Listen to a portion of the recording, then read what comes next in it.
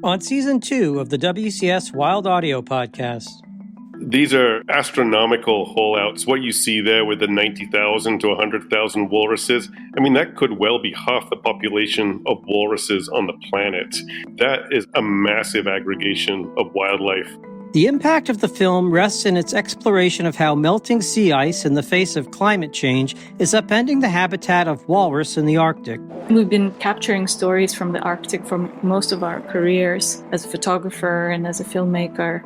One of the trips brought us to Chukotka, and we discovered this incredible story of Maxim Chakilev, and we just thought that this has to be a film. We have to tell this story. Jaguars are the America's mightiest big cat. Today, they face a growing threat from the illegal wildlife trade in their teeth, skin, and other parts. The jaguars are being taken deep in the jungles of Mexico, Guatemala, in South America, where there's no government at all in those communities. So it's easy for a trader to go and convince a community to hunt a jaguar and sell a jaguar. If you, the parties, and ourselves do not truly commit to change our abusive relationship with nature here in Montreal, we will all be judged harshly by future generations, and rightly so. In the end, the agreement the government signed is called the Kunming-Montreal Global Biodiversity Framework.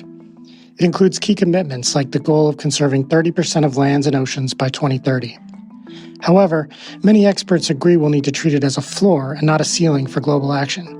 There actually is quite a weak pipeline of landscapes who can provide quality restoration. We've identified loads of degraded land, but what we also need to do is say which of that degraded land can we bring into restoration that has the potential to be something that could pay for itself.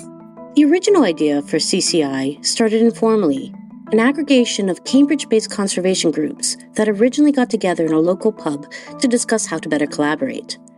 But with donor funding, it soon grew into something more formal, finding a home at one of the world's leading academic institutions. You can orchestrate some of this, but a large part of it is organic. And the idea is that the boundaries disappear and that people are able to develop new ideas, new approaches. This is the time for us. We've been practicing for the last 100 years.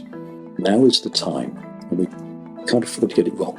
WCS Wild Audio is a production of the Wildlife Conservation Society. We'll be back soon with our third season. In the meantime, catch up on all the episodes you may have missed from the first two seasons at Apple Podcasts, Spotify, or wherever you listen.